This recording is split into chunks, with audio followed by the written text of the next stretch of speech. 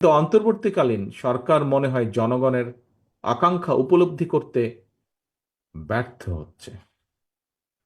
গণতন্ত্রের পক্ষের প্রতিটি রাজনৈতিক দলের পক্ষ থেকে লিখিতভাবে অন্তর্বর্তীকালীন সরকারের কাছে সংস্কার প্রস্তাব দেওয়া হয়েছে। এরই ভিতর সংস্কারের ব্যাপারে কিন্তু কোনো রাজনৈতিক দলেরই তেমন কোনো আপত্তি নেই।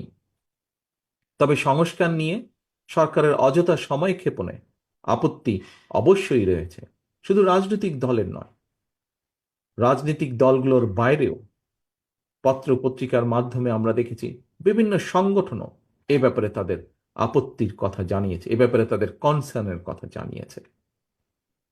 এবং এ কারণেই আমরা মনে করি প্রস্তাবিত সংস্কার শেষ করে যদি তাদের ইন্টেনশন সঠিক থাকে, গণতন্ত্রের পক্ষে থাকে, আমরা দাবি করেছি ডিসেম্বরের ভিতরে নির্বাচন দিতে, তবে আমি এটাও মনে করি বিভিন্ন বিষয় বিবেচনা করে সংস্কার প্রস্তাব শেষ করে, যেহেতু কম বেশি সকল বিষয় অধিকাংশ দলগুলোর মধ্যে একমত রয়েছে, ডিসেম্বরের আগে